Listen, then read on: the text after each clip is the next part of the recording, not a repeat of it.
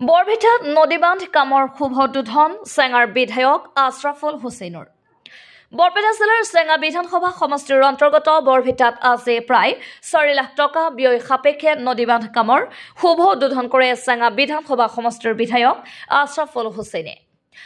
উক্ত উদ্বোধনী অনুষ্ঠানত চেঙাৰ ৰাজ্য চক্ৰৰ চক্ৰ বিষয়া ৰীমা কৌশিক, অভিযন্তা ৱাজেদ আলী আৰু আন গণ্যমান্য ব্যক্তিসকল উপস্থিত থাকে।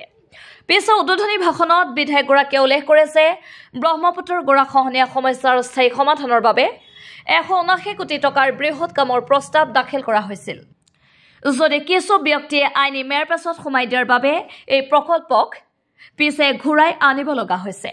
তেওঁ কয় যে দুখীয়া জনসাধাৰণৰ হকে দিনে ৰাতিয়ে পৰিশ্ৰম কৰি থাকিলেও কিছুমান লোকৰ সমালোচনাৰ সন্মুখীন হ'ব লগা হয়। তথাপিও তেওঁ নৈপৰীয়া অঞ্চলৰ ৰাইজৰ সুখ দুখৰ সমভাগী হৈ থকাৰ প্ৰতিশ্ৰুতি দিয়ে। ইপিনে ৰৌমাৰীৰ পৰা বহৰীৰ পাজাৰ ভাঙালৈ ব্ৰহ্মপুত্ৰৰ খহনীয়া ৰোধৰ বাবে বিধায়ক হুছেইনে নিজৰ পুঁজিৰ পৰা বিভিন্ন আঁচনি মঞ্জুৰ কৰিছে। তেওঁ উল্লেখ কৰে যে কেৱল গৰাখহনীয়ে নহয়, আন সমস্যাৰ ক্ষেত্ৰতো জনসাধাৰণৰ লগত সমভাগী হোৱাৰ চেষ্টা অব্যাহত থাকিব বুলি মত পোষণ কৰে। বৰপেটাৰ পৰা প্ৰদীপ কুমাৰ চৰকাৰৰ ৰিপৰ্ট, টিভি লাইভ নিউজ।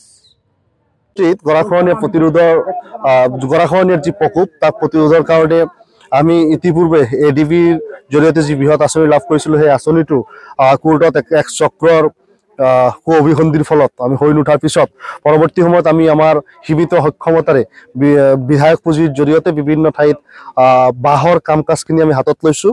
আৰু তাৰ এটা কামৰ অংশস্বৰূপে আজি চেঙা সমষ্টিৰ মুছলমানপাৰা গাঁও পঞ্চায়তৰ অন্তৰ্গত বৰভিটাত আমি আজি এটি কামৰ শুভ উদ্বোধন কৰোঁ 4 লাখ টকা ব্যয় সাপেক্ষে। ইতিপূৰ্বেও আমি ৰৌমাৰী পথাৰ গাঁৱত, আপোনাৰ চেনিমাৰী গাঁৱত, তাৰপিছত বান্দালী গাঁৱত আমি 4টা স্কিম ইতিমধ্যে কৰিছোঁ। আৰু ইতিমধ্যে আৰু কেইবাটাও স্কিম পাইপলাইনত আছে, যিটো আপোনাৰ মালিপাৰাত হ'ব।